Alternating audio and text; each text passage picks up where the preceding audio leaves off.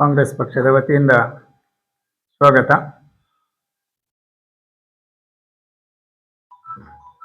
ಕಾಂಗ್ರೆಸ್ ಸರ್ಕಾರ UPA ಸರ್ಕಾರ ಇರತಕ್ಕಂಥ ಒಂದು ಸಂದರ್ಭದಲ್ಲಿ ಈ ದೇಶದಲ್ಲಿ ಮನಮೋಹನ್ ಸಿಂಗ್ರು ಪ್ರಧಾನಮಂತ್ರಿ ಆಗಿರತಕ್ಕಂಥ ಒಂದು ಸಂದರ್ಭದಲ್ಲಿ, ಸೋನಿಯಾ ಗಾಂಧಿ ಅವರು UPA ಅಧ್ಯಕ್ಷರಾಗಿರತಕ್ಕ ಒಂದು ಸಂದರ್ಭದಲ್ಲಿ ಎರಡು ಮಹತ್ವದ ಯೋಜನೆಗಳನ್ನು ತಂದಿದೆ. ಒಂದು ಮಹಾತ್ಮ ಗಾಂಧಿ ಉದ್ಯೋಗ ಖಾತ್ರಿ ಯೋಜನೆ, ಅದರ ಜೊತೆಗೆ ಆಹಾರ ಭದ್ರತಾ ಕಾಯ್ದೆ ಅಂತ ಹೇಳ್ತಕ್ಕಂಥದ್ದು ಎರಡು ಮಹತ್ತರ ಕಾಯ್ದೆಗಳು. ಈ ದೇಶದಲ್ಲಿ ಊಟಕ್ಕೆ ಇಲ್ಲದೆ ಯಾರು ನರಳುತ್ತಿರಬಾರದು, ಅವ್ರ ಜೊತೆಗೆ ಕೆಲಸ ಇಲ್ಲದೆ ಇವತ್ತು ಊಟಕ್ಕೆ ಇಲ್ಲದಂಥ ಒಂದು ಪರಿಸ್ಥಿತಿ ಇರಬಾರ್ದು ಅಂತ ಹೇಳ್ತಕ್ಕಂಥ ಎರಡು ಮಹತ್ವಾಕಾಂಕ್ಷೆಯ ಯೋಜನೆಗಳನ್ನು ತಂದು, ಬಹುಶಃ ಆ ಯೋಜನೆ ಬಹಳಷ್ಟು ಅದರಲ್ಲಿ ಮಹಾತ್ಮ ಗಾಂಧಿ ನರೇಗಾ ಯೋಜನೆ ಸುಮಾರು 13 ವರ್ಷಗಳ ಕಾಲ ಬಹಳಷ್ಟು ಜನರನ್ನು ಬದುಕಿಸ್ತಕ್ಕಂಥ ಒಂದು ಯೋಜನೆ ಅಂತ ಹೇಳಲಿಕ್ಕೆ ಕಾಂಗ್ರೆಸ್ಸಿಗರ ಅದಕ್ಕೆ ಇರತಕ್ಕಂಥ ನಮಗೆಲ್ಲ ಬಹಳ ಹೆಮ್ಮೆ ಮತ್ತು ಸಂತೋಷ ಕೂಡ ಆಗ್ತದೆ. ಬಹುಶಃ ನೀವೆಲ್ಲ ನೋಡಿರ್ಬಹುದು, ನರೇಗಾ ಯೋಜನೆ ತಂದದ್ದೇ ಯಾಕೆ ಅಂತ ಹೇಳಿದ್ರೆ, ಉದ್ಯೋಗ ಇಲ್ಲದೆ, ಕೆಲಸ ಇಲ್ಲದೆ, ಬಡತನದಿಂದ ಬಳಲತಕ್ಕಂಥ ಒಂದು ಜನರಿಗೆ ಅವರವರು ಇಲ್ಲತಕ್ಕಂಥ ಪ್ರದೇಶದಲ್ಲಿ ಕೆಲಸವನ್ನು ಕೊಡಬೇಕು, ಅವರ ಮಕ್ಕಳು ಅಲ್ಲೇ ಉಳಿಬೇಕು, ಆ ಮಕ್ಕಳಿಗೆ ಸರಿಯಾದ ವಿದ್ಯಾಭ್ಯಾಸ ಸಿಗಬೇಕು ಅಂತ ಹೇಳ್ತಕ್ಕಂಥ ಒಂದು ದೃಷ್ಟಿಯಲ್ಲಿ ಇವತ್ತು ಆ ಯೋಜನೆಯನ್ನು ತಂದಿದ್ದಾರೆ. ತಾವು ನೋಡಿರ್ಬಹುದು, ಈ ಹಿಂದೆ ಧಾರವಾಡದಿಂದ ಇಲ್ಲಿ ಬಂದು ಕೆಲಸ ಮಾಡುತ್ತಿರ್ತಕ್ಕಂಥವರು ಇದ್ರು. ಬಹುಶಃ ಇವತ್ತು ಆ ಜನರನ್ನು ನಾವು ಇವತ್ತು ಕಾಣುವುದಿಲ್ಲ ಅಂತ ಹೇಳಿದ್ರೆ, ಅವರ ಪ್ರದೇಶದಲ್ಲಿ ಜಮೀನಿದೆ, ಅಲ್ಲೇ ಅವರಿಗೆ ಕೆಲಸ ಕೊಟ್ಟಿದ್ದಾರೆ. ಆ ಕೆಲಸದ ಮುಖೇನ ಅವರು ತಮ್ಮ ಹಸಿವನ್ನು ನೀಗಿಸಿಕೊಂಡು ತಮ್ಮ ಮಕ್ಕಳ ವಿದ್ಯಾಭ್ಯಾಸವನ್ನು ಮಾಡತಕ್ಕಂಥ ಒಂದು ಸುವ್ಯವಸ್ಥೆಯನ್ನು ತಂದಿರತಕ್ಕಂಥದ್ದು ಮನಮೋಹನ್ ಸಿಂಗ್ ನೇತೃತ್ವದ ಕಾಂಗ್ರೆಸ್ ಸರ್ಕಾರ ಅಂತ ಹೇಳಲಿಕ್ಕೆ ಕೂಡ ನಮಗೆ ಹೆಮ್ಮೆ ಆಗ್ತದೆ. ಬಹುಶಃ ಇತ್ತೀಚಿನ ದಿವಸಗಳಲ್ಲಿ ಮೊನ್ನೆ ತಾನೇ ಮಹಾತ್ಮ ಗಾಂಧಿ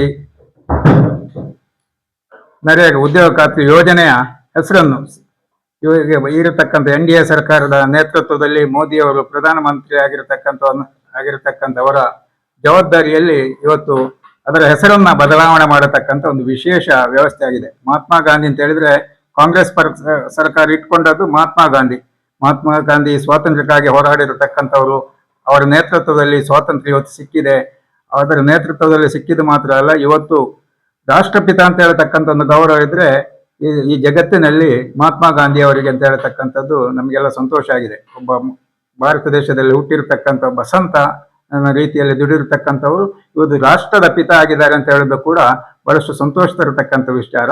ಆ ವಿಚಾರದಲ್ಲಿ ಇವತ್ತು ಮಹಾತ್ಮ ಗಾಂಧಿ ನರೇಗಾ ಯೋಜನೆ ಅಂತ ಹೇಳ್ತಕ್ಕಂಥ ಯೋಜನೆಯನ್ನು ನಮ್ಮ ಸರ್ಕಾರ ತಂದಿರತಕ್ಕಂಥದ್ದನ್ನು ಇವತ್ತು ಹೆಸರು ಬದಲಾವಣೆ, ಗಾಂಧೀಜಿಯವರ ಹೆಸರನ್ನೇ, ಗಾಂಧೀಜಿಯವರ ತತ್ವಕ್ಕೆ ತಿಲಾಂಜಲಿ ಕೊಡತಕ್ಕಂಥ ಒಂದು ವಿಶೇಷ ವ್ಯವಸ್ಥೆ ಇವತ್ತು NDA ಸರ್ಕಾರ, ಇವತ್ತು ಮೋದಿಯವರ ನೇತೃತ್ವದ ಸರ್ಕಾರ ಇವತ್ತು ಮಾಡಿದೆ. ಅದಕ್ಕಾಗಿ ಇವತ್ತು ನಾವೆಲ್ಲ ಅದನ್ನ ಪ್ರತಿಭಟನೆಯ ಮೂಲಕ ಅದನ್ನು ಎದುರಿಸಲಿಕ್ಕೆ ಕೂಡ ಸನ್ನದ್ಧರಾಗಿದ್ದೇನೆ ಅಂತ ಹೇಳೋದನ್ನು ಕೂಡ ಈ ಸಂದರ್ಭದಲ್ಲಿ ಹೇಳಲಿಕ್ಕೆ ಇಷ್ಟಪಡ್ತಿದ್ದೇನೆ. VBG ಗ್ರಾಮ್ ಜಿ ಅಂತ ಹೇಳತಕ್ಕಂಥ ಹೆಸರು ಬದಲಾವಣೆ ಮಾಡಿ VB ಗ್ರಾಮ್ ಜಿ ಅಂತ ಹೇಳತಕ್ಕಂಥ ಹೆಸರು ಬದಲಾವಣೆ ಮೂಲಕ ಎಲ್ಲ ಕಂಟೆಂಟ್ಗಳು ಅಲ್ಲಿ ಇದೆ. ಇವತ್ತು 100 ದಿವಸದ ಕೆಲಸ, 100 ದಿವಸಕ್ಕೆ ಇವತ್ತು ಈ ಯೋಜನೆ ಆರಂಭ ಆಗತಕ್ಕಂಥ ಒಂದು ಸಂದರ್ಭದಲ್ಲಿ 180 ರೂಪಾಯಿ ದಿನಗೂಲಿ ಇತ್ತು. ಇವತ್ತು 370 ರೂಪಾಯಿ ದಿನಗೂಲಿ ಕೊಡತಕ್ಕಂಥ ವ್ಯವಸ್ಥೆ, ಅಥವಾ 100 ದಿನ ಕೆಲಸ ಕೊಡತಕ್ಕಂಥ ವ್ಯವಸ್ಥೆ. ಈ ಒಂದು ವ್ಯವಸ್ಥೆಯಿಂದ ಬಹಳಷ್ಟು ಕೃಷಿಕರು, ಕೂಲಿ ಕಾರ್ಮಿಕರು, ಕೃಷಿಕರು, ಸಣ್ಣ ಕೃಷಿಕರು, ದೊಡ್ಡ ಆರಂಭದ ದಿವಸದಲ್ಲಿ ದೊಡ್ಡ ಕೃಷಿಕರು ಕೂಡ ತಮ್ಮ ಮನೆಯಲ್ಲಿ ಕೆಲಸವನ್ನು ಮಾಡಿಸಿಕೊಂಡಿದ್ದಾರೆ.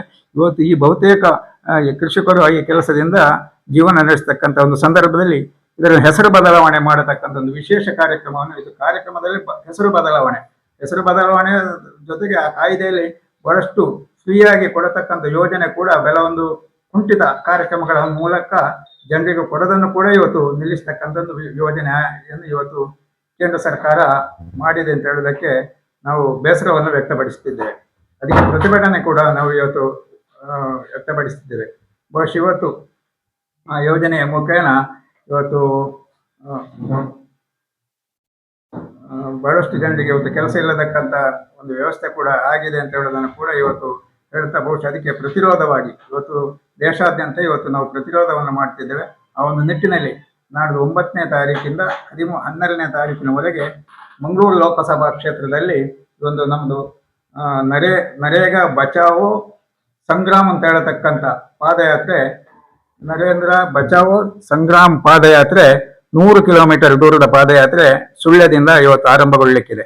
9ನೇ ತಾರೀಕಿಗೆ ಬೆಳಿಗ್ಗೆ 8 ಗಂಟೆಗೆ 8:15 ನಾವೆಲ್ಲ ಸೇರಿ ಟಿಫಿನ್ ಆಗಿ 9 ಗಂಟೆಗೆ ಸರಿಯಾಗಿ ನಮ್ಮ ರಾಜ್ಯದ ಉಸ್ತುವಾರಿ ಸಚಿವರು ಮತ್ತು ನಮ್ಮ ರಾಜ್ಯದ ಎಲ್ಲ ನಾಯಕರುಗಳು ಕೂಡ ಜಿಲ್ಲೆಯ ನಾಯಕರುಗಳು ಕೂಡ ಬರುವ ಉಪಸ್ಥಿತಿಯಲ್ಲಿ ಇವತ್ತು ಗುಂಡೂರಾಯರು ಬರ್ತಾರೆ. ಅದರ ಜೊತೆಗೆ ರಮಾನಾಥ್ ರೈ ಅವರು, ಹರೀಶ್ ರವರು, ಐವನ್ ಡಿ ಸೋಜಾರವರು, ಆಮೇಲೆ ಮಂಜುನಾಥ್ ಭಂಡಾರಿ, ಹೀಗೆಲ್ಲ ನಮ್ಮ ಎಲ್ಲ ನಾಯಕರುಗಳ ಉಪಸ್ಥಿತಿಯಲ್ಲಿ ಆ ಒಂದು ಕಾರ್ಯಕ್ರಮ ಇಲ್ಲಿ ಉದ್ಘಾಟನೆಗೊಳ್ತದೆ. ಅಲ್ಲಿ ಗಾಂಧಿನಗರದ ಗಾಂಧಿ ಪ್ರತಿಮೆ ಬಳಿ ಗಾಂಧೀಜಿಯವರು 100 ವರ್ಷಗಳ ಹಿಂದೆ ಇಲ್ಲೇ ಬಂದು ಅದೇ ಜಾಗದಲ್ಲಿ ಭಾಷಣ ಮಾಡಿರತಕ್ಕಂಥ ಒಂದು ವಿಶೇಷ ಜಾಗದಲ್ಲಿ ಗಾಂಧಿ ಪ್ರತಿಮೆಗೆ ಮಾಲಾರ್ಪಣೆ ಮಾಡುವುದರ ಮುಖೇನ ನಮ್ಮ ಪಾದಯಾತ್ರೆ ಆರಂಭಗೊಳ್ಳುತ್ತದೆ. ನಮ್ಮ ಪಾದಯಾತ್ರೆಗೆ ಈ ಸುಳ್ಯ ವಿಧಾನಸಭಾ ಕ್ಷೇತ್ರದ ಕಡಪ ಬ್ಲಾಕ್ನವರು ಕೂಡ ಈ ಒಂದು ಪಾದಯಾತ್ರೆಗೆ ನಮ್ಮ ಜೊತೆ ಸೇರಿಕೊಳ್ಳಲಿದ್ದಾರೆ. ಬಹುಶಃ ಆ ಒಂದು ಪಾದಯಾತ್ರೆ 9 ಗಂಟೆಯಿಂದ ಆರಂಭ ಆಗಿರತಕ್ಕಂಥ ಪಾದಯಾತ್ರೆ ಪೈಚಾರ್ ಮೂಲಕ, ಜಾಲ್ಸೂರ್ ಮೂಲಕ ಆಗಿ ಮಧ್ಯಾಹ್ನದ ಸಮಯಕ್ಕೆ ನಾವು 1 ಗಂಟೆಯ ಸಮಯಕ್ಕೆ ಕನಕಮಜಲಿಗೆ ನಾವು ತಲುಪ್ತಿದ್ದೇವೆ.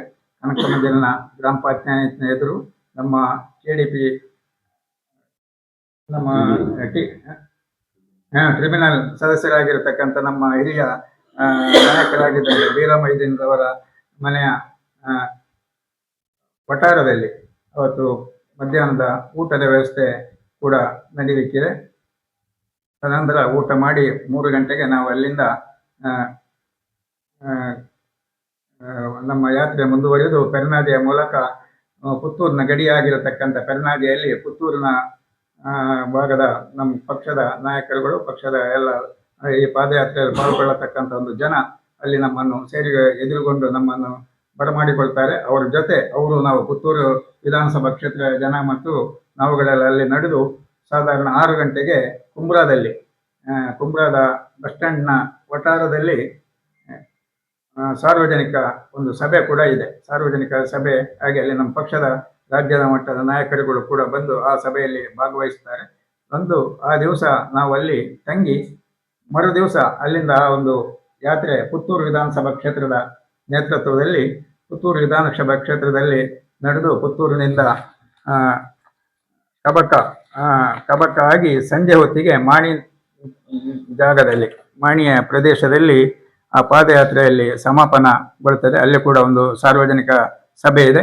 ಆಮೇಲೆ 11ನೇ ತಾರೀಕಿಗೆ ಅಲ್ಲಿಂದ ಆರಂಭವಾಗಿರತಕ್ಕಂಥ ಒಂದು ಪಾದಯಾತ್ರೆ ಮಂಗಳೂರಿನ ಅಡ್ಯಾರಿನ ಪರಂಗಿಪೇಟೆ ಜಂಕ್ಷನ್ನಿಗೆ ಬಂದು ಅಲ್ಲಿಂದ ಅಡ್ಯಾರು ಬಳಿ ಅಲ್ಲಿ ಕೂಡ ತಂಗಿ ಕೊನೆಯ ದಿವಸ 12ನೇ ತಾರೀಕಿಗೆ ಅಲ್ಲಿಂದ ಆರಂಭವಾಗಿರತಕ್ಕಂಥ ಪಾದಯಾತ್ರೆ ಸಂಜೆಯ ಹೊತ್ತಿಗೆ ಮೂಲ್ಕಿಯ ಪ್ರದೇಶದಲ್ಲಿ ಒಂದು ಸಮಾಪನಗೊಳ್ಳತಕ್ಕಂಥ 4 ದಿವಸದ 100 ಕಿಲೋಮೀಟರ್ ಯಾತ್ರೆಯ ಸಮಾಪನಗೊಳ್ಳತಕ್ಕಂಥ ಒಂದು ಕಾರ್ಯಕ್ರಮ ಕೂಡ ಇದೆ. ಆ ಒಂದು ಕಾರ್ಯಕ್ರಮಕ್ಕೆ ನಮ್ಮ ಪಕ್ಷದ ಎಲ್ಲ ಭಾಗಗಳಿಂದ ಇಲ್ಲಿ ದಕ್ಷಿಣ ಕನ್ನಡ ಜಿಲ್ಲೆಯಲ್ಲಿ 15 ಬ್ಲಾಕ್ಗಳಿವೆ. 15 ಬ್ಲಾಕ್ಗಳ ಜನ ಕೂಡ ಎಲ್ಲ ಆಯಾ ಭಾಗಗಳಲ್ಲಿ ಸೇರಿಕೊಂಡು ಒಂದು ವಿಶೇಷ ಒಂದು ಪಾದಯಾತ್ರೆಯ ಮುಖೇನ ಈ ಒಂದು ತಿದ್ದುಪಡಿ ಮಾಡಿರತಕ್ಕಂಥ ಕಾಯ್ದೆಯನ್ನು ವಿರೋಧಿಸತಕ್ಕಂಥ ಒಂದು ವಿಶೇಷ ಕಾರ್ಯಕ್ರಮ ಇದೆ. ಅಂದರೆ ಇದು ಬಡವರಿಗೆ ಗಾಂಧೀಜಿಯವರ ಹೆಸರನ್ನು ಅಳಿಸ್ತಕ್ಕಂಥ ಒಂದು ಕಾರ್ಯಕ್ರಮ ಅವರು ಮಾಡಿದರೆ ಗಾಂಧೀಜಿ ಹೆಸರನ್ನು ನಾವು ಉಳಿಸಬೇಕು. ಅದರ ಜೊತೆಗೆ ಗಾಂಧಿಯ ಹೆಸರು ಹೇಳಿದ್ರೆ ಗಾಂಧಿ ತತ್ವಗಳೇ ಅಳೆಯುತ್ತವೆ. ಆ ಒಂದು ನಿಟ್ಟಿನಲ್ಲಿ ಆ ಹೆಸರನ್ನು ಕೂಡ ಉಳಿಸಬೇಕು. ಅದರ ಜೊತೆಗೆ ಈ ಕಾಯ್ದೆಯಲ್ಲಿ ಕಾಂಗ್ರೆಸ್ ಪಕ್ಷ UPA ಸರ್ಕಾರ ತಂದಿರತಕ್ಕಂಥ ಕಾಯ್ದೆಯಲ್ಲಿ ಇವತ್ತು ಅದು ಹೀಗಿದ್ರೆ ನಿಧಾನವಾಗಿ ನಿರ್ನಾಮ ಆಗ್ತದೆ. ಹಿಂದೆ UPA ಸರ್ಕಾರ ಮಾಡಿರ್ತಕ್ಕಂಥ ಕಾಯ್ದೆಯಲ್ಲಿ 90% ಕೇಂದ್ರ ಸರ್ಕಾರ, 10% ರಾಜ್ಯ ಸರ್ಕಾರ ಹಾಕತಕ್ಕಂಥ ಒಂದು ವ್ಯವಸ್ಥೆ ಇತ್ತು. ಈಗ ಅದು ಬದಲಾವಣೆ, ಈಗ ತಿದ್ದುಪಡಿ ತಂದದ್ರಲ್ಲಿ 60% ಕೇಂದ್ರ ಸರ್ಕಾರ, 40% ರಾಜ್ಯ ಸರ್ಕಾರ ಹಾಕಿ ಬಹುಶಃ ರಾಜ್ಯ ಸರ್ಕಾರಗಳಿಂದ ಕೊಡ್ಲಿಕ್ಕಾಗದಿದ್ರೆ ಕೇಂದ್ರ ಸರ್ಕಾರವು ಕೊಡದೇ ಇರತಕ್ಕಂಥ ಒಂದು ವ್ಯವಸ್ಥೆ ಆಗಿ ಈ ಒಂದು ವ್ಯವಸ್ಥೆ ನಾಮಾವಶೇಷ ಆಗುವಂತ ವ್ಯವಸ್ಥೆ ಇದೆ. ಅದ್ರ ಮುಂದೆ ಆಯಾ ಗ್ರಾಮ ಪಂಚಾಯಿತಿಗಳಿಗೆ ಇದಕ್ಕೆ ಇದು ಯಾವ ರೀತಿ ನಾವು ಯೋಜನೆ ತಯಾರಿಸಬೇಕಂತ ಹೇಳ್ತಕ್ಕಂಥ ಒಂದು ವ್ಯವಸ್ಥೆ ಇತ್ತು. ಇನ್ನು ಆ ಕಾಯ್ದೆ ಗ್ರಾಮ ಪಂಚಾಯಿತಿಗಳ ಹಕ್ಕನ್ನು ಕೂಡ ಮೊಟಕುಗೊಳಿಸಿ ಕೇಂದ್ರದಿಂದ ಇಂತಿಂಥ ಕಾರ್ಯಕ್ರಮಗಳನ್ನು ಆಗಬೇಕು ಅಂತಿದ್ರೆ ಬಹುಶಃ ಗ್ರಾಮದ ಅಭಿವೃದ್ಧಿಗೂ ಕೂಡ ಇದು ಕುಂಠಿತ ಆಗ್ತದೆ, ಗ್ರಾಮದ ಜನರಿಗೂ ಕೂಡ ತೊಂದರೆ ಆಗ್ತದೆ ಅಂತ ಹೇಳ್ತಕ್ಕಂಥ ನಿಟ್ಟಿನಲ್ಲಿ ನಾವು ಕಾಂಗ್ರೆಸ್ ಪಕ್ಷದ ನಾಯಕರು, ಕಾಂಗ್ರೆಸ್ ಪಕ್ಷದ ಎಲ್ಲ ಬಂಧುಗಳು ಅದರ ಜೊತೆಗೆ ಈ ಒಂದು ಕಾಯ್ದೆಯಿಂದ ಫಲವನ್ನು ಪಡೆದು ಬಹುಶಃ ಈಗ ವಂಚಿತರಾಗತಕ್ಕಂಥ ಒಂದು ಜನ ಕೂಡ ನಮ್ಮ ಜೊತೆ ಸೇರಿಕೊಂಡು ಬಹುಶಃ ಇದನ್ನು ವಿರೋಧಿಸತಕ್ಕಂಥ ಒಂದು ವಿಶೇಷ ವ್ಯವಸ್ಥೆ ಕೂಡ ಇದೆ ಅಂತ ಹೇಳೋದನ್ನು ಕೂಡ ಪತ್ರಿಕೆ ಮೂಲಕ ನಾನು ನಿಮಗೆ ಪ್ರಕಟಪಡಿಸಲಿಕ್ಕೆ ಇಷ್ಟಪಡ್ತಿದ್ದೇನೆ. ಯಾವುದೇ ಸಭೆ ಸಮಾರಂಭಗಳಿಗೆ ಅವತ್ತು ಬಂದಿದ್ರು. ಇಲ್ಲಿ ನಮ್ಮ ಯಾವುದು 2-3 ಕಟ್ಟಡಗಳ ಉದ್ಘಾಟನೆ, PWD ಕಟ್ಟಡ, ಅರಣ್ಯ ಇಲಾಖೆಯ ಕಟ್ಟಡ, ಆಸ್ಪತ್ರೆಯಲ್ಲಿ ಆಗಿರತಕ್ಕಂಥ ಕೆಲಸಗಳ ಉದ್ಘಾಟನೆ, ಅದರ ಜೊತೆಗೆ ಸೂರ್ಯದ ಕಚೇರಿಯನ್ನು ಉದ್ಘಾಟಿಸಿ ಜನಸಂಪರ್ಕ ಸಭೆ ಕೂಡ ಮಾಡಿ ಹೋಗಿದ್ರು.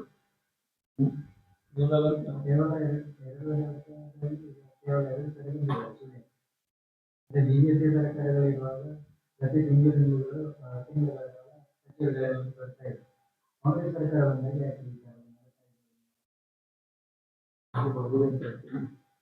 ಮಲತಾಯಿ ಧೋರಣೆ ಇಲ್ಲ.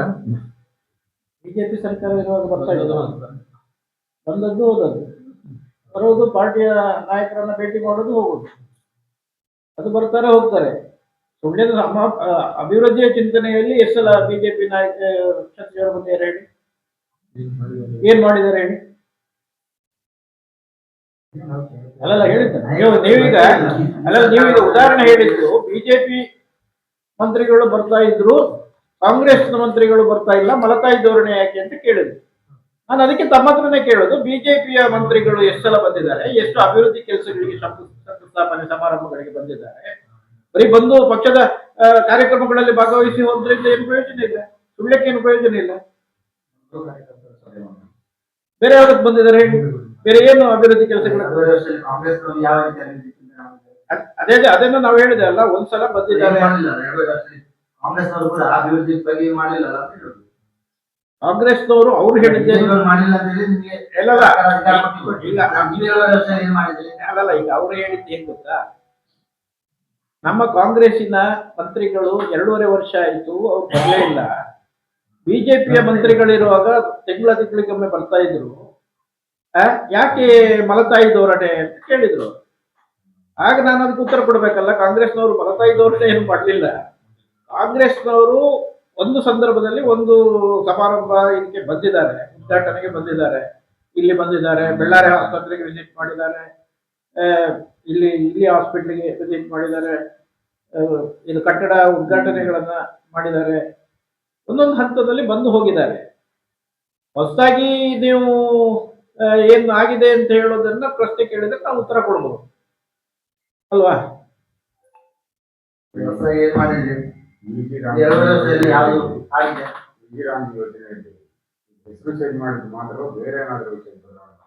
ತುಂಬಾ ಬದಲಾವಣೆ. ಅದೇ ಹೇಳಿದ್ರಲ್ಲ, ನಿಮಗೆ ಮೊದಲು 90% ಸೆಂಟ್ರಲ್ ಗ್ರಾಂಟ್, ಅದು 100 ಇಂಡಿಯಾದ ಪ್ರೋಗ್ರಾಮ್. ನಿಜವಾಗಿ 90% ಅವ್ರ ಗ್ರಾಂಟ್, 10% ಸ್ಟೇಟ್ ಗ್ರಾಂಟ್ ಇದ್ದದ್ದು. ಈಗ ಏನ್ ಮಾಡಿದ್ದಾರೆ, ಒಂದು ರೀತಿ ಜನರನ್ನ ಮರಳು ಮಾಡುವಂತ ವಿಚಾರಗಳನ್ನ ಮುಂದಿಡ್ತಾರೆ. ಬಹಳ ಬುದ್ಧಿವಂತರು ಅವರು. ಯಾಕಂದ್ರೆ ಒಂದ್ ಕಡೆ ಅದರ ಹೆಸರು ಬದಲಾವಣೆ ಆಗ್ಬೇಕಾದ್ರೂ ಕೂಡ ಅದ್ರಲ್ಲಿ ಒಂದು ರಾಮ್ ಸೇರ್ಬೇಕು ಅವರಿಗೆ, ರಾಮ್ಜಿ ಅಂತ. ಸೊ ಅದು ಭಾವನಾತ್ಮಕವಾಗಿ ಆ ರಾಮ್ಜಿಯನ್ನು ಸೇರಿಸ್ತಾರೆ. ಆಮೇಲೆ ನಿಮಗೆ 10% ಇದ್ದದನ್ನ 40% ಮಾಡಿದ್ರು, 60%ಗೆ ಅವರ ಇದನ್ನ ಇಳಿಸಿದ್ರು. ಇದು ಕ್ರಮೇಣ ಏನಾಗ್ತದೆ, ಅದ್ರ ಮೇಲೆ ನಿಮ್ಮ ಡಿಸಿಷನ್ ಮೇಕಿಂಗು ಕೂಡ ಪಂಚಾಯತಿಗೆ ಇದ್ದಂಥದ್ದನ್ನ ಕೇಂದ್ರ ಸರ್ಕಾರವೇ ಸೂಚಿಸಿದಂತ ಕಾರ್ಯಕ್ರಮಗಳನ್ನ ಮಾಡಬೇಕು ಅಂತ ಹೇಳಿ ಈ ಕಾಯ್ದೆಯಲ್ಲಿ ಅವರು ತಂದಿದ್ದಾರೆ. ಇದರ ಪರಿಣಾಮ ಏನಾಗ್ತದೆ ಅಂತ ಹೇಳಿದ್ರೆ, ಕ್ರಮೇಣವಾಗಿ ಈಗ 40% ನೀವು ಸ್ಟೇಟ್ ಗವರ್ಮೆಂಟ್ ಹಾಕಬೇಕು ಅಂತ ಹೇಳಿದಾಗ, ತುಂಬಾ ಸರ್ಕಾರಗಳು ಅಷ್ಟು ಫೈನಾನ್ಷಿಯಲ್, ನೀವು 125 ದಿವಸ ಇದು ಅದು 100 ದಿವಸ ಇದ್ದದನ್ನ 125 ದಿವಸ ಮಾಡಿದ್ದೇವೆ ಅಂತ ಹೇಳಿದ ತಕ್ಷಣ ನೀವು 40% ಹಾಕ್ಲಿಕ್ಕೆ ಅಸಾಧ್ಯವಾದಂತ ಸರ್ಕಾರಗಳು ಕೈ ಚೆಲ್ಬಹುದು, ನಮ್ ಶೇರ್ ಕೊಡ್ಲಿಕ್ಕೆ ಆಗುದಿಲ್ಲ ಅಂತ. ಸೊ ನಮ್ ಶೇರ್ ಕೊಡ್ಲಿಕ್ಕೆ ಆಗುದಿಲ್ಲ ಅಂತ ಹೇಳಿದಾಗ ಕ್ರಮೇಣ ಕಾರ್ಯಕ್ರಮ ನಿಲ್ಲುವಂತ ಒಂದು ವ್ಯವಸ್ಥೆ. ಸೊ ಇದು ಪರೋಕ್ಷವಾಗಿ, ಅಂದ್ರೆ ಇದು ಸ್ಲೋ ಪಾಯ್ಸನ್, ಟಕ್ಕಂತ ಸಾಯುದಲ್ಲ, ಸ್ಲೋ ಪಾಯ್ಸನ್. ಈ ಯೋಜನೆಯನ್ನು ಮುಚ್ಚಬೇಕು ಅವರಿಗೆ. ಈ ಯೋಜನೆಯನ್ನ ಯಾವುದು ಕೇಂದ್ರ ಸರ್ಕಾರ ಮಾಡಿತ್ತು, ಅದರಿಂದ ಜನ ಪ್ರಯೋಜನ ಪಡೆದಿದ್ರು, ಅದನ್ನು ಪರೋಕ್ಷವಾಗಿ ಮುಚ್ಚಬೇಕು. ಬಡವರಿಗೆ ಕೊಡುವಂತ ವ್ಯವಸ್ಥೆ ಒಳಗೆ ಇವರಿಗೆ 60% ಮಾತ್ರ ಕೊಡ್ಲಿಕ್ಕಾಗೋದು. ಅದೇ ಶ್ರೀಮಂತರಿಗೆ ಏನ್ ಬೇಕಾದ್ರೂ ಮಾಡ್ಲಿಕ್ಕೆ, ಎಷ್ಟು ಬೇಕಾದ್ರೂ ಪರ್ಸೆಂಟೇಜ್ ಕೊಡ್ಲಿಕ್ಕೆ ಅವ್ರಿಗೆ ಆಗ್ತದೆ. ಟ್ಯಾಕ್ಸ್ ಅಲ್ಲೂ ರಿಲ್ಯಾಕ್ಸೇಷನ್ ಮಾಡ್ತಾನೆ, ಅವರ ಸಾಲಗಳನ್ನ ಕೂಡ ಮನ್ನಾ ಮಾಡ್ತಾರೆ. ಈ ಬಡವರಿಗೆ ಕೊಡುವಂತ ಹಣದಲ್ಲಿ ಇವರಿಗೆ 60% ಕೊಡ್ಲಿಕ್ಕೆ ಮಾತ್ರ ಸಾಧ್ಯ ಆಗುತ್ತೆ. ಸೊ ಈ ತಾರತಮ್ಯವನ್ನು ನಾವು ಪ್ರಶ್ನೆ ಮಾಡ್ತಾ ಇರೋದು.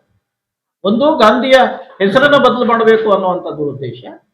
ಇನ್ನೊಂದು, ಈ ಒಂದು ಯೋಜನೆಯನ್ನ ತಂದಿರತಕ್ಕಂತ ಕಾಂಗ್ರೆಸ್ ಸರ್ಕಾರ ತಂದಿರತಕ್ಕಂತ ಈ ಯೋಜನೆಯನ್ನ ನಿಧಾನವಾಗಿ ಅದನ್ನ ನಿಲ್ಲಿಸಬೇಕು. ಏಕಾಏಕಿ ನಿಲ್ಲಿಸಿದ್ರೆ, ಏಕಾಏಕಿ ಅದನ್ನ ರದ್ದುಪಡಿಸಿದ್ದೇವೆ ಅಂತ ಹೇಳಿದ್ರೆ ಜನ ದಂಗೆ ಹೇಳ್ತಾರೆ. ಇದು ಪರೋಕ್ಷ.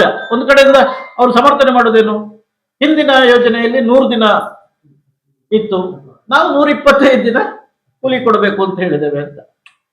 ಸೊ ಈ ಉಳಿದ ವಿಚಾರಗಳನ್ನ ಅವ್ರು ಮುಂದೆ ಇಡೋದಿಲ್ಲ. 90% ನಾವು ಮೊದಲು ಕೊಡ್ತಿದ್ದದನ್ನು ಈಗ 60%ಗೆ ಟು 40%ಗೆ ಅದನ್ನು ಸಮರ್ಥಿಸ್ತಾರೆ. ನಾನು ಮೊನ್ನೆ ಯಾವುದೋ ಮಂತ್ರಿಗಳ ಒಂದು ಒಂದು ಇದನ್ನು ಕೇಳದೆ, ನಾನು ಏನ್ ಹೇಳ್ತಾರೆ, ಪಾರದರ್ಶಕವಾಗಿರ್ಬೇಕು ಅಂತಾದ್ರೆ ಕೆಲವು ಕಡೆ, ತುಂಬಾ ಕಡೆ ಇದು ದುರುಪಯೋಗ ಆದಂತಹ ಸಂದರ್ಭಗಳಿದೆ. ಹಾಗಾಗಿ ಪಾರದರ್ಶಕ ಇರಬೇಕಾದ್ರೆ ಆಯಾ ಸ್ಟೇಟ್ಗಳಿಗೂ ಕೂಡ ಅವರ ಶೇರ್ ಇದ್ರೆ ಅದರ ಜವಾಬ್ದಾರಿ ಬರ್ತದೆ. ಸೊ ಸಮರ್ಥನೆಗೆ ಎಷ್ಟು ಹೇಳ್ಬೋದು. ಆದ್ರೆ ಇದನ್ನು ಮಾಡುವಂತ ಉದ್ದೇಶ ಇದ್ದಾಗ, ಇದು ಫುಡ್ ಸೆಕ್ಯೂರಿಟಿ ಆಕ್ಟ್ ಮತ್ತು ಇದು ಎರಡನ್ನ ತರುವಾಗ ಈ ದೇಶದ ಬಡವರ ಬಗ್ಗೆ ಚಿಂತೆ ಮಾಡಿ ಅವರ ಬದುಕಿಗೆ ಒಂದು ಪೂರಕವಾದಂತ ಕಾರ್ಯಕ್ರಮ ಮಾಡಬೇಕು ಅಂತ ಅವತ್ತಿನ ಮನಮೋಹನ್ ಸಿಂಗ್ ಅವರ ನಾಯಕತ್ವದ UPA ಸರ್ಕಾರ ಮಾಡಿರ್ತಕ್ಕಂಥ ಕಾರ್ಯಕ್ರಮ. ಆದ್ರೆ ಇವರಿಗೆ ಬಡವರ ಬಗ್ಗೆ ಚಿಂತೆ ಇಲ್ಲ, ಬಡವರ ಬಗ್ಗೆ ಯೋಚನೆ ಇಲ್ಲ, ಭಾವನಾತ್ಮಕವಾಗಿ ಓಟ್ ಬರ್ತದೆ. ದೊಡ್ಡವರನ್ನ ಸಾಕಿದ್ರೆ ಚುನಾವಣೆಗೆ ಖರ್ಚಿಗೆ ಹಣ ಬರುತ್ತೆ. ಸೊ ಇಷ್ಟೇ ಇರೋದು ಕಾರ್ಯಕ್ರಮಗಳು. ಬೇರೆ ಏನು ಕಾರ್ಯಕ್ರಮಗಳಿದೆ ಹೇಳಿ? ನಾವು ಅವ್ರು ಸರಿ ಮಾಡಿದ್ರೆ ಸರಿ ಅಂತ ಹೇಳ್ತೇವೆ, ತಪ್ಪು ಮಾಡಿದಾಗ ತಪ್ಪು ಅಂತ ಹೇಳ್ಬೇಕಲ್ಲ, ನಮ್ ಜವಾಬ್ದಾರಿ ಅಲ್ಲ ಅದು. ನಾವು ವಿರೋಧಿಸಿದ್ರೆ ವಿರೋಧ ಮಾಡ್ತಾರೆ ಅಂತ, ಅವ್ರು ತಪ್ಪು ಮಾಡಿದಾಗ ವಿರೋಧ ಮಾಡ್ಲೇಬೇಕಲ್ಲ ನಾವು. ಇವತ್ತು ಗಾಂಧೀಜಿಯ ಹೆಸರನ್ನ ಒಂದು ಕಡೆ ಗಾಂಧಿ ಪ್ರತಿಮೆ ಎದುರು ಹೋಗಿ ಪ್ರತಿಭಟನೆ ಮಾಡ್ತಾರೆ. ನಿನ್ನೆ ಮೊನ್ನೆ ಯಾರು ಬಿಜೆಪಿಯ ನಾಯಕರು ಗಾಂಧಿ ಪ್ರತಿಮೆ, ಗಾಂಧಿ ಹೆಸರೇ ಅಳಿಸ್ಬೇಕು ಅಂತ ಯೋಚನೆ ಮಾಡುವವರು, ಒಂದು ಯೋಜನೆಯಲ್ಲಿ ಇರುವಂತ ಗಾಂಧಿ ಹೆಸರನ್ನೇ ಅಳಿಸಬೇಕು ಅಂತ ಬಯಸುವವರು, ಇವರಿಗೆ ಗಾಂಧಿ ಪ್ರತಿಮೆ ಎದುರು ಹೋರಾಟ ಮಾಡುವಂತ ನೈತಿಕತೆ ಏನಿದೆ? ಇವತ್ತು ಗಾಂಧಿಯನ್ನ ಒಂದು ಹಂತದಲ್ಲಿ ಪ್ರಧಾನಿ ನರೇಂದ್ರ ಮೋದಿ ಅವರು ಕೂಡ ಹೊಗಳ್ತಾರೆ, ಇನ್ನೊಂದು ಕಡೆ ಗಾಂಧಿ ಹೆಸರುಗಳನ್ನು ಅಳಿಸುವಂತ ಕೆಲಸಗಳನ್ನ ಮಾಡ್ತಾರೆ. ಇದು ಯಾವ ನ್ಯಾಯ? ಈ ದ್ವಂದ್ವ ಯಾಕೆ? ಅವರ ತತ್ವವನ್ನ, ಆದರ್ಶವನ್ನ, ಸಿದ್ಧಾಂತವನ್ನ ಒಪ್ಪದಿದ್ರೆ ಅದನ್ನು ಎಲ್ಲ ಹಂತದಲ್ಲೂ ಒಪ್ಪಬೇಕು. ಅದನ್ನು ಒಪ್ಪಿದ ಹಾಗೆ ಮಾಡೋದು. ಇಲ್ಲಿ ಅವರ ಫಾಲೋವರ್ಸ್ಗಳಿಂದ, ಬೇರೆ ಮಂತ್ರಿಗಳಿಂದ ಅವರ ವಿರುದ್ಧವಾಗಿ ಗೋಡ್ಸೆಯ ಪರವಾದಂತಹ ಹೇಳಿಕೆಗಳನ್ನು ಕೊಡಿಸೋದು. ಇದು ಇದು ಇದು ಯಾವ ದ್ವಂದ್ವ? ಎಷ್ಟು ದಿನ ನಡೀಬಹುದು ಇದು? ಸೊ ಹಾಗಾಗಿ ಗಾಂಧೀಜಿಯವರ ಬಗ್ಗೆ ಇವ್ರು ಏನೇ ಮಾಡಲಿ, ಗಾಂಧೀಜಿಯ ತತ್ವ ಸಿದ್ಧಾಂತವನ್ನು ಅಳಿಸ್ಲಿಕ್ಕೂ ಆಗೋದಿಲ್ಲ. ಗಾಂಧೀಜಿಗೆ ಜಗತ್ತಿನಾದ್ಯಂತ ಇರತಕ್ಕಂತ ಆ ಒಂದು ಗೌರವ ಇದೆ, ಆ ಗೌರವವನ್ನು ಕೂಡ ಇವರಿಗೆ ಆಳಿಸ್ಲಿಕ್ಕೆ ಆಗೋದಿಲ್ಲ. ಬಹುಶಃ ನಮ್ಮ ಇಡೀ ರಾಜಕೀಯ ಇತಿಹಾಸದಲ್ಲಿ ಯಾವುದೇ ದೇಶದ ಒಬ್ಬ ಉನ್ನತ ಸ್ಥಾನಮಾನದಲ್ಲೇ ಇಲ್ಲದ ಪ್ರಧಾನಿಯೋ ರಾಷ್ಟ್ರಪತಿಯೋ ಆಗದೇ ಇದ್ದಂತ ಒಬ್ಬ ವ್ಯಕ್ತಿ ತೀರ್ಕೊಂಡಾಗ ವಿಶ್ವಸಂಸ್ಥೆಯಲ್ಲಿ ಅರ್ಧದೊರೆಗೆ ಧ್ವಜ ಹಾರಿದ್ದು ಕೇವಲ ಗಾಂಧಿ ತೀರ್ಕೊಂಡಾಗ. ಅಂತ ಮಹಾತ್ಮನ ಬಗ್ಗೆ ಇವರು ಒಂಥರ ತಾತ್ಸಾರದ ಮನೋಭಾವವನ್ನು ತೋರಿದ್ರೆ ಅದನ್ನ ಭಾರತದ ಜನ ವಿರೋಧಿಸಬೇಕಾ ಬೇಡವಾ? ನೀವು ಅಂತ ಮಾಡಿ ಸಂಪಾದನೆಯಿಂದ ಹೊರಟಿದ್ದಾರ 18-20 ಕಿಲೋಮೀಟರ್ ಬಿಟ್ಟು ಬಿಡ್ರಿ. ಅದು ನಮಗೆ ಒಂದು 100 ಕಿಲೋಮೀಟರ್ ಅಂತ ಒಂದು ಇದೆ, ಒಂದು 100 ಕಿಲೋಮೀಟರ್ 25 ಕಿಲೋಮೀಟರ್ ನಡಿಬೇಕು, 4 ಕಿಲೋಮೀಟರ್ ಅಂತ ಒಂದು ಗೈಡ್ ಲೈನ್ ಇದೆ. ಆ ಗೈಡ್ ಲೈನ್ಗೆ ಅಲ್ಲ ಗೈಡ್ ಲೈನ್ ಅಂತಲ್ಲ, ನಾವು ಹೇಳೋದು ಸರಿ. ನಾವು ಕೂಡ ಅದನ್ನೇ ಮೊನ್ನೆ ಮೀಟಿಂಗ್ ಅಲ್ಲಿ, ಫಸ್ಟ್ ಮೀಟಿಂಗ್ ಅಲ್ಲಿ ಮಾತಾಡಿದ್ವಿ. ಬಟ್ ನಾವು ಅಲ್ಲಿಂದ ಯೋಚನೆ ಮಾಡಿದಾಗ ಟೋಟಲ್ ಡಿಸ್ಟೆನ್ಸ್ ಇದೆಯಲ್ಲ, ಆ ಡಿಸ್ಟೆನ್ಸ್ ಸುಮಾರು 150 ಕಿಲೋಮೀಟರ್ ಹತ್ರ ಆಗ್ತದೆ. 130-140 ಮೂಲ್ಕಿ ಬಾರ್ಡರ್ಗೆ ನಾವು ಅಲ್ಲಿ ಇರ್ತೇವೆ. ಆಗ ನಮಗೆ ದಿವಸಕ್ಕೆ ಮ್ಯಾಕ್ಸಿಮಮ್ 25 ಕಿಲೋಮೀಟರ್ಗಿಂತ ಹೆಚ್ಚು ಕ್ರಮಿಸ್ಲಿಕ್ಕೆ ಆಗೋದಿಲ್ಲ. ಸೊ ಆ 100 ಕಿಲೋಮೀಟರ್ಸ್ಗೆ ನಾವು ಅದನ್ನ ಕಟ್ ಡೌನ್ ಮಾಡಿದಾಗ ಸುಳ್ಳೆಪೇಟೆಯಿಂದಲೇ ಅದನ್ನ ಪ್ರಾರಂಭ ಮಾಡಬೇಕು. ಅದು 25 ಕಿಲೋಮೀಟರ್ನ ಈಗ ನೆಕ್ಸ್ಟ್ ಕುಮ್ರದಲ್ಲಿ ಸಮಾಪನ ಆಗ್ತದೆ. ಊಟ ತಿಂಡಿಗಳು ಅದು ಆಗಬೇಕು ನೆಕ್ಸ್ಟ್ ಡೇ ನಡೆಯುವಾಗ. ಸೊ ನಾವು 4 ದಿವಸಕ್ಕಿಂತ ಹೆಚ್ಚು ಸಮಯವನ್ನು ತೆಗೆದುಕೊಳ್ಳಿಕ್ಕೂ ಕಷ್ಟ. ಯಾಕಂದ್ರೆ ಪ್ರತಿದಿನ ಇರ್ಬೇಕಲ್ಲ, ಲೀಡರ್ಗಳು ಇರಬೇಕು. ನಾವು ಜನ ಒಂದೊಂದು ಗ್ರಾಮದವರು ಈಗ ಸುಳ್ಯದವರು ಪುತ್ತೂರಿಗೆ ಹೋಗಿ ಪುತ್ತೂರಿನವರೆಗೆ ಇರ್ಬೋದು. ಪುತ್ತೂರಿನ ನಂತರ ಪುತ್ತೂರು ಮತ್ತು ಬಂಟ್ವಾಳದವರು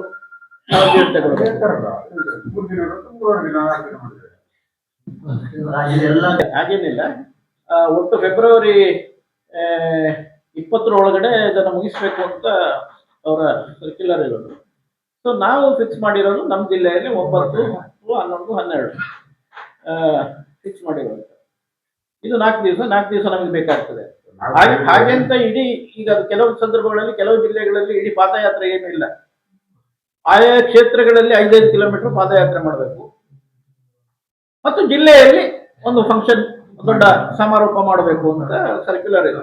ಬಟ್ ನಾವು ಇದನ್ನ ಏನು ಚರ್ಚೆ ಮಾಡಿದೆವು ಅಂತ ಹೇಳಿದ್ರೆ, ಒಂದೊಂದು ತಾಲೂಕಲ್ಲಿ ಒಂದೊಂದು ಕಡೆ ಸ್ವಲ್ಪ ಒಂದು 5 ಕಿಲೋಮೀಟರ್ ನಡೆದರೆ ಪ್ರಚಾರ ಸಿಗುವುದಿಲ್ಲ ಅಂತ ಗೊತ್ತಾಗುದಿಲ್ಲ. ಸೊ ಇಡೀ ಜಿಲ್ಲೆಯ ಪಾದಯಾತ್ರೆ ಮಾಡಿದಾಗ, ನಾವು ಅವತ್ತು ಸಂಪಾಜೆಯಿಂದ ಮಾಣಿಗೆ ಪಾದಯಾತ್ರೆ ಮಾಡಿದಾಗಲೂ ಒಂದು ಯಶಸ್ಸನ್ನು ಕಂಡಿದ್ದೇವೆ. ನೆಲ್ಯಾಡಿಯಿಂದ ಮಂಗಳೂರಿಗೆ ಪಾದಯಾತ್ರೆ ಮಾಡಿದಾಗಲೂ ಅದರ ಯಶಸ್ಸು ಸಿಕ್ಕಿದೆ. ಇಲ್ಲಿ ಉಳ್ಳಾಲದಿಂದ ಮಲ್ಪೆಯವರೆಗೆ ಪಾದಯಾತ್ರೆ ಮಾಡಿದಾಗಲೂ ಅದರ ಯಶಸ್ಸನ್ನು ಕಂಡಿದ್ದೇವೆ. ಸೊ ಈ ಪಾದಯಾತ್ರೆ ಅನ್ನೋದು ಅದು ಎಲ್ಲ ಕ್ಷೇತ್ರದ ಎಲ್ಲ ಕಡೆ ಗಮನ ಹರಿಸ್ಕೊಂಡು ಹೋಗ್ತದೆ. ಮತ್ತು ಆಯಾ ಭಾಗದ ಪತ್ರಿಕಾ ಮಾಧ್ಯಮದ ಮಿತ್ರರು ಕೂಡ ದೊಡ್ಡ ಪ್ರಚಾರವನ್ನು ಕೊಡ್ತಾರೆ. ಯಾಕಂದ್ರೆ ಇದೊಂದು ಒಳ್ಳೆಯ ಉದ್ದೇಶದ ಕಾರ್ಯಕ್ರಮ ಆಗಿರೋದ್ರಿಂದ ಪತ್ರಿಕಾ ಮಾಧ್ಯಮದವರು ಸಹ ಎಲ್ಲವನ್ನ ಪಕ್ಷ ಬಹಳ ಅಲಿಪ್ತಾ ಇದೆಯಲ್ಲ, ಅಲ್ಲಿಯ ಅಧ್ಯಕ್ಷರುಗಳು ರಾಜೀನಾಮೆ ಕೊಟ್ಟಿದ್ದಾರೆ. ಎಲ್ಲ ಕಾರಣದಿಂದ ಸಂಘಟನೆ ಮಾಡಿ ಸಾಧ್ಯ ಆಗ್ಲಿಕ್ಕಿಲ್ಲ ಅಂತ ಅದೇನಿಲ್ಲ, ಅವರೆಲ್ಲ ಸೇರಿಕೊಳ್ತಾರೆ. ನಾಳೆ ಕಾರ್ಯಕ್ರಮ ನೋಡಿ ಅವ್ರ ನಂತರ ತೆಗಿಬೇಕು. ಏನ ಮಲ್ಲಿಗೆ ಆಗುದಿಲ್ಲ ಅಂತ ಇಲ್ಲಿಂದ ಇವರೇ ನಡೀತೀರಿ ಬಿಟ್ಟುವರೆಗೆ 15 ಕಿಲೋಮೀಟರ್ ಬಿಟ್ಟಿದ್ದೀರಿ. ಅದಕ್ಕೆ ಅಲ್ಲ, ನಾನು ಹೇಳಿದೆಲ್ಲ 4 ದಿವಸದಲ್ಲಿ ಮುಗಿಸ್ಬೇಕು. 100 ಕಿಲೋಮೀಟರ್ ಟಾರ್ಗೆಟ್. ಇಲ್ಲಿ ಜಿಲ್ಲೆಯಲ್ಲಿ ಆದಂತ ತೀರ್ಮಾನ. ಅಲ್ಲ, ನಾವು ನಡೀತೇವೆ ಅಂತ ಹೇಳಿದ್ದೇವೆ. ನಾವು ಸಂಪಾಜೆಯಿಂದಲೇ ಗೊತ್ತಾಯ್ತಲ್ಲ. ಅವರು ಫಿಕ್ಸ್ ಮಾಡಿದಾಗ 25 ಕಿಲೋಮೀಟರ್ ಅಂತ ಫಿಕ್ಸ್ ಮಾಡಿದಾಗ, ನೀವು ಸುಳ್ಯ ಪಟ್ಟಣದಿಂದ ನೀವು ಪ್ರಾರಂಭ ಮಾಡಬೇಕು. ನಮಗೆ ಇಲ್ಲ ಇದ್ರೆ ಅದನ್ನು ಕವರ್ ಮಾಡ್ಲಿಕ್ಕೆ ಆಗುದಿಲ್ಲ, 4 ದಿವಸದಲ್ಲಿ ಮುಗಿಸ್ಲಿಕ್ಕೆ ಆಗುದಿಲ್ಲ.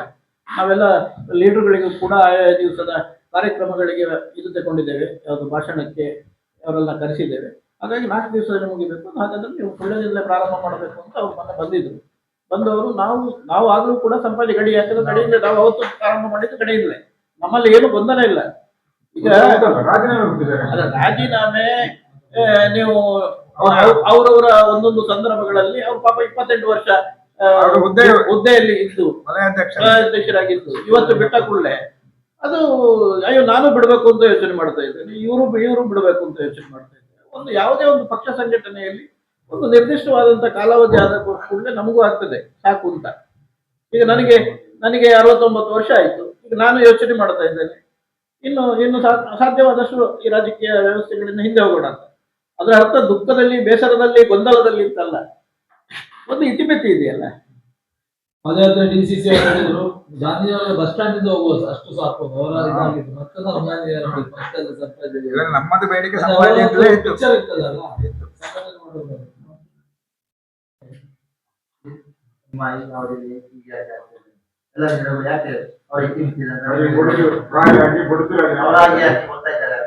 ಅವರು ಹುದ್ದೆಗೆ ರಾಜೀನಾಮೆ ಕೊಟ್ಟದ್ದು, ಪಕ್ಷಕ್ಕೆ ರಾಜೀನಾಮೆ ಕೊಡ್ಲಿಲ್ಲ, ಹುದ್ದೆ ಕೊಟ್ಟಿದ್ದಾರೆ. ಹುದ್ದೆಯಲ್ಲೂ ಕೂಡ ನೀವು 2 ವಿಧದಲ್ಲಿ ನಾವು ಮಾತಾಡ್ತೇವೆ. ಏನು, ಅವತ್ತಿಂದ ಇವತ್ತಿನವರೆಗೆ ಅವರೇ, ಬೇರೆಯವರಿಗೆ ಬಿಟ್ಟು ಕೊಡೋದಿಲ್ಲ. ನಮ್ಮ 2ನೇ ಇದು ಸ್ಟೇಜಿನ ಲೀಡರ್ಗಳಿಗೆ ಅವಕಾಶ ಕೊಡೋದಿಲ್ಲ. ಹಾಗಾಗಿ ಅವರು ಆಲೋಚನೆ ಮಾಡಿದ್ರು, ನಾನು 28 ವರ್ಷಗಳ ಸುದೀರ್ಘ ಆಯ್ತು, ಇನ್ನು ಬೇರೆಯವ್ರಿಗೆ ಒಂದು ಅವಕಾಶ ಸಿಗಲಿ. ಬೇರೆಯವರು ಕೊಡುದಿಲ್ಲ, ಬೇರೆಯವರು ನಮ್ಮನ್ನು ಮಾಡಿ ದೇವರಲ್ಲಿ ಕೊಡುದಿಲ್ಲ. ಎಲ್ಲಿ ಸುಳ್ಯ ಬ್ಲಾಕ್ ಅಧ್ಯಕ್ಷರ ವಿಚಾರಕ್ಕೆ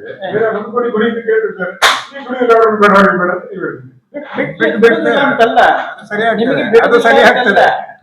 ಅಲ್ಲಿ ಬಿಡುದಿಲ್ಲ ಅಂತಲ್ಲ, ಕೆಲವು ಸಮಸ್ಯೆಗಳನ್ನ ಪರಿಹಾರ ಮಾಡಿ ಸೊ ಈಗ ಯೋಚನೆ ಮಾಡಬಹುದು. ಯಾಕಂದ್ರೆ ಸೀನಿಯರ್ಗಳು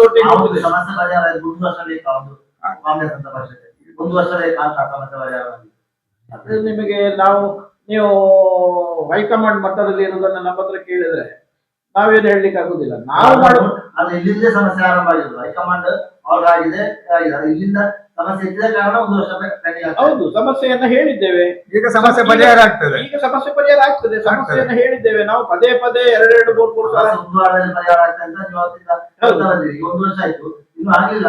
ಆಗ್ತದೆ, ಈಗ ಸೂಕ್ತ ಆಗ್ತದೆ. ಕಾಲದಲ್ಲಿ ಸೂಕ್ತ ಸಮಯದಲ್ಲಿ ಆಗ್ತದೆ, ಶೀಘ್ರದಲ್ಲಿ ಆಗ್ತದೆ. ಏನ್ ತಂದಿದೆ? ಇವರಲ್ಲಿ ಮೇಲಿನವರು, ಕೆಳಗಿನವರು ಎಲ್ಲ. ಕೇಶವ್, ನಮ್ಮಲ್ಲಿ ಅಂತ ಹೇಳುವಂಥದ್ದು ಅಲ್ಲ. ಅದಕ್ಕೆ ತಾಂತ್ರಿಕವಾದ ಭಾರಿ ಬಲಿಷ್ಠವಾದ ತಂತ್ರಗಳಿರುವುದಲ್ಲ, ನಿವಾರಿಸ್ತಾ ಹೋಗ್ತಾ ಇದ್ದೇವೆ. ಇದೀಗ ಈ ಕೊನೆಯ ಹಂತದಲ್ಲಿ ಇದೆ ಅಲ್ಲ ಗುರುತನ್ನ. ಈಗ ಕೆಲಸ ಆಗ್ತಾ ಉಂಟಲ್ಲ ಇಲ್ಲಿ ಅಲ್ಲ. ನಿಮಗೆ ಕಳೆದ 2 ವರ್ಷ ಅದಕ್ಕೆ ನಮ್ಮಲ್ಲಿ ಇಲ್ಲ ಅದು ನಮ್ಮ ಸಮಸ್ಯೆ ಅಲ್ಲ. ಅಲ್ಲ, ಅದೇ. ನಾನು ಒಂದು ಹೇಳ್ತೇನೆ. ಸಮಸ್ಯೆ ನಾನು ಮೊನ್ನೆ ಇದರಲ್ಲೇ ಹೇಳಿದೆ, ಇಚ್ಛಾಶಕ್ತಿಯ ಕೊರತೆ ಇರೋದ್ರಿಂದ ಇದೆಲ್ಲ ಆಗ್ಲಿಲ್ಲ ಅಂತ ಹೇಳೋದನ್ನ ನಾನು ಬಹಿರಂಗವಾಗಿ ಹೇಳಿದೆ. ನಿಜವಾಗಿ ಇಚ್ಛಾಶಕ್ತಿಯ ಕೊರತೆಯಿಂದಲೇ ಹಾಗಾಗಿರೋದು. ಈಗ ಸಮಸ್ಯೆಗಳು, ತಾಂತ್ರಿಕ ಸಮಸ್ಯೆಗಳು ಎಲ್ಲ ಯೋಜನೆಗಳಿಗೂ ಬರ್ತದೆ. ಆದ್ರೆ ಅದನ್ನ ಪರಿಹಾರ ಮಾಡಬೇಕು ಅಂತಾದ್ರೆ ಜನಪ್ರತಿನಿಧಿಗಳು, ಸ್ಥಳೀಯ ನಾಯಕರುಗಳು ಮತ್ತು ನಿಮ್ಮ ಅಧಿಕಾರಿಗಳು ಒಟ್ಟು ಸೇರಿಕೊಂಡು ಅದನ್ನು ಪರಿಹಾರ ಮಾಡುವಂತ ಕಾರ್ಯಕ್ರಮಗಳನ್ನ ಮಾಡ್ತಿದ್ರೆ ನಾವು ಈ ಹಿಂದೆಲೇ ಹೇಳ್ತಾ ಇದ್ದೆವು. 2 ತಾಲೂಕಿನ MLAಗಳು, 2 ಕ್ಷೇತ್ರದ MLAಗಳು ಸೇರಿಕೊಂಡು ಯಾರ್ಯಾರು ಆಬ್ಜೆಕ್ಷನ್ ಹಾಕಿದ್ದಾರೆ, ನೀವು ಆಬ್ಜೆಕ್ಷನ್ ಹಾಕಿದವರನ್ನ ಹೋಗಿ ನೇರವಾಗಿ ಮಾತುಕತೆ ಮಾಡಿ ಅವರ ಸಂಶಯವನ್ನ ಒಂದು ಪರಿಹಾರ ಮಾಡಿದ್ರೆ, ಯಾಕಂದ್ರೆ ಅದನ್ನ ಬೇರೆಯವರು ಮಾಡ್ಲಿಕ್ಕೆ ಆಗೋದಿಲ್ಲ. ನೀವು ಯಾರಿಗೋ ಒಬ್ಬರಿಗೆ ಏನೋ ನಮ್ಗೆ ಸಂಶಯ ಇದೆ ಅಂತ ಹೇಳಿದ್ರೆ ಅದಕ್ಕೆ ಸರಿಯಾದಂತ ಉತ್ತರವನ್ನ ಆ ಕ್ಷೇತ್ರದ ಜನಪ್ರತಿನಿಧಿಗಳು ಮತ್ತು ಅದಕ್ಕೆ ಸಂಬಂಧಪಟ್ಟಂತ ಅಧಿಕಾರಿಗಳು ಕೊಟ್ರೆ ಮಾತ್ರ ನಂಬ್ತಾರೆ. ಸೊ ಇದು ಫಸ್ಟ್ ಸ್ಟೇಜ್ ಅಲ್ಲಿ ಏನಿತ್ತು, ಫಸ್ಟ್ ಸ್ಟೇಜ್ ಅಲ್ಲಿ ಫಾರೆಸ್ಟ್ KPTC ಅಲ್ಲಿ ಫಾರೆಸ್ಟ್ ಲ್ಯಾಂಡ್ ಅಲ್ಲಿ ಬಿಡೋದಿಲ್ಲ ಅನ್ನೋದು. ಸೊ ಅದು ತುಂಬಾ ಸಲ ಹೋಗಿ ಆಗಿ ಅದು ಈ ಒಂದು ಏನು ಅಂತ ಹೇಳಿದ್ರೆ ಡಿಪೋಗಳು ಇಲ್ಲದೆ ಇದ್ದಾಗ, ಇವರು ಹೇಳಿದ್ದಕ್ಕೆ ಅವರಿಲ್ಲ, ಅವ್ರು ಹೇಳಿದ್ದಕ್ಕೆ ಇವರಿಲ್ಲ ಅಂತ ಹೇಳಿದಾಗ, ಈ 2 ಡಿಪಾರ್ಟ್ಮೆಂಟ್ಗಳನ್ನ ಒಟ್ಟು ಸೇರಿಸಿಕೊಂಡು ಅದಕ್ಕೆ ಬೇಕಾದಂತ ಏನೇನು ಕಾರ್ಯಕ್ರಮಗಳನ್ನ ಮಾಡಬೇಕು ಅದನ್ನು ಮಾಡುವುದು ಕೂಡ ಜನಪ್ರತಿನಿಧಿಗಳಾದವರ ಜವಾಬ್ದಾರಿ. ಸೊ ಅದನ್ನೂ ಮಾಡಲಿಲ್ಲ, ಅಧಿಕಾರಿಗಳಿಗೆ ಬಿಟ್ರು. ಈಗ ಪ್ರಸಕ್ತವಾಗಿ ಇದು ಫಾರೆಸ್ಟ್ ಕ್ಲಿಯರೆನ್ಸ್ ಆಗಿದೆ, ಟೆಂಡರ್ ಆಗಿದೆ. ಫಾರೆಸ್ಟ್ ಏರಿಯಾದಲ್ಲಿ ಈಗ ಇದು ಯಾವುದು ಟವರ್ಗಳನ್ನು ಹಾಕ್ತಾ ಬರ್ತಾ ಇದ್ದಾರೆ. ಅದಕ್ಕೆ ಏನು ಸಮಸ್ಯೆಗಳಿಲ್ಲ. ಸ್ವಲ್ಪ ಈ ಪ್ರೈವೇಟ್ ಲ್ಯಾಂಡ್ಗಳಲ್ಲಿ ಬರುವವರದು ಕೆಲವರದು ಒಂದಿಷ್ಟು ಅಬ್ಜೆಕ್ಷನ್ ಇತ್ತು. ಅದನ್ನ ಕೂಡ ಇತ್ತೀಚೆಗೆ DC ಅವರ ಹತ್ರ KDPಯಲ್ಲಿ ಕೇಳಿದಾಗ DC ಅವರು ಹೇಳಿದ್ರು ನಾವು ಅದನ್ನೆಲ್ಲ ಪರಿಹಾರ ಮಾಡಿದ್ದೇವೆ. ಮತ್ತು ನಾನು ಕೇಳಿದೆ ಹೇಗೆ ನೀವು ಪರಿಹಾರ ಯಾವ ರೀತಿ ಕೊಡ್ತೀರಿ ಅಂತ. ಕೆಲವರಿಗೆ ಒಂದು ಸಂಶಯ ಇತ್ತು, ನನ್ನ ಹತ್ರನೂ ಕೇಳಿದ್ರು, ಏನು ಒಂದಿಷ್ಟು ಅಡಿ ಜಾಗಕ್ಕೆ ಇಷ್ಟು ಟವರ್ನ ಜಾಗಕ್ಕೆ ಒಂದಿಷ್ಟು ಇದು ಕಾಂಪನ್ಸೇಷನ್, ದೊಡ್ಡ ಮಟ್ಟದ ಕಾಂಪನ್ಸೇಷನ್ ಅನ್ನು ಫಿಕ್ಸ್ ಮಾಡಿದ್ದಾರೆ. ಆದ್ರೆ ಅದರ ಸುತ್ತಳತೆ ಒಂದು 7 ಮೀಟರ್ ಸುತ್ತಳತೆಯಲ್ಲಿ ಬೇರೆ ಕೃಷಿ ಮಾಡಬಾರದು ಅಂತ ಹೇಳುವಾಗ ಅವ್ರಿಗೂ ನಿಜವಾಗಿ ಟವರ್ ಮಾತ್ರ ಅಲ್ಲ, ಈ ಸುಮಾರು 7 ಮೀಟರ್ ಸುತ್ತಳತೆಯ ಜಾಗ ಕೂಡ ಹೋಗ್ತದೆ. ಅದಕ್ಕೆ ಕಾಂಪನ್ಸೇಷನ್ ಏನು ನಮ್ಗೆ ಕೊಡ್ತಾರೆ ಅಂತ ರೈತರ ಕೆಲವರ ಪ್ರಶ್ನೆ ಇತ್ತು. ಅದನ್ನು ನಾನು ಪ್ರಶ್ನೆ ಮಾಡಿದ್ದೇನೆ. ಅದಕ್ಕೆ ಅವ್ರು ಹೇಳ್ತಾ ಇರೋದೇನು ಅಂತಂದ್ರೆ ಅದಕ್ಕೂ ಕಾಂಪನ್ಸೇಷನ್ ಫಿಕ್ಸ್ ಮಾಡಿದ್ದೇವೆ. ಬಟ್ ಅದ್ರ ಒಳಗಡೆ ನೀವು ಆ 7 ಮೀಟರ್ ಒಳಗಡೆ ನೀವು ಸಣ್ಣ ಪುಟ್ಟ ಕೃಷಿಗಳನ್ನ ಮಾಡಿಕೊಂಡು ಬಾಳೆ ಗೀಳೆ ಬೆಳೆಸ್ಕೊಂಡು ಅವರು ರೈತರು ಮಾಡೋದಕ್ಕೆ ನಮ್ಗೆ ಯಾರಿಗೂ ಅಬ್ಜೆಕ್ಷನ್ಸ್ ಇಲ್ಲ. ಹಾಗಾಗಿ ಅದು ಜಾಗ ಅವರದೇ ಇರ್ತದೆ. ಬಟ್ ಟವರ್ನಷ್ಟು ದೊಡ್ಡ ಮಾಡ್ಲಿಕ್ಕೆ ಆಗೋದಿಲ್ಲ ಅಂತ ಹೇಳಿದ್ರು. ಸೊ ಅದನ್ನು ಕನ್ವಿನ್ಸ್ ಮಾಡಿ ಆಲ್ಮೋಸ್ಟ್ ಈಗ ಇನ್ನಿರೋದೇನು ಅಂತ ಹೇಳಿದ್ರೆ ವರ್ಕ್ ಮಾಡಬೇಕು KPTCಯಲ್ಲಿ. ಮತ್ತೆ ನಿಮ್ಗೆ ಗೊತ್ತಿದೆ, ವರ್ಷ ಹೋದಾಗ ಏನಾಗ್ತದೆ, ಎಕ್ಸ್ಪೆಂಡಿಚರ್ ಎಲ್ಲಿಗೆ ಎತ್ತಿದೆ. ಈಗ ಮೊನ್ನೆ CAG ರಿಪೋರ್ಟ್ ಇದ್ದು ನಿಮ್ಮ ಪತ್ರಿಕಾ ಮಾಧ್ಯಮದಲ್ಲಿ ಓದಿದ್ದೆ ನಾನು, ಹೆಚ್ಚಿನ ಹೊಳೆಯ ಕಥೆ ಏನಾಗಿದೆ. ಸೊ ಯಾವ ಹಂತಕ್ಕೆ ಹೋಗ್ತದೆ ನೋಡಿ. ಆಗ ಅಷ್ಟು ನೀವು ವೇರಿಯೇಷನ್ಸ್ ಆದಾಗ ಬಜೆಟ್ ಪ್ರೊವಿಷನ್ಸ್ ಆಗಬೇಕು. ಇದೆಲ್ಲ ಕೋಆರ್ಡಿನೇಷನ್. ಬಟ್ ಆಗೋದಂತೂ ಈಗ ಎಲ್ಲ ಕ್ಲಿಯರ್ ಆಗಿದೆ. ಇಲ್ಲಿ ಸಬ್ಸ್ಟೇಷನ್ ವರ್ಕ್ ಕಂಪ್ಲೀಟ್ ಮುಗಿತಾ ಇದೆ. ಹಾಗಾಗಿ ಖಂಡಿತವಾಗಿ ಅದು ನನ್ನ ಲೆಕ್ಕದಲ್ಲಿ 1-1.5 ವರ್ಷದ ಒಳಗಡೆ ಸಂಪೂರ್ಣವಾಗಿ ಕನೆಕ್ಟ್ ಆಗ್ತದೆ.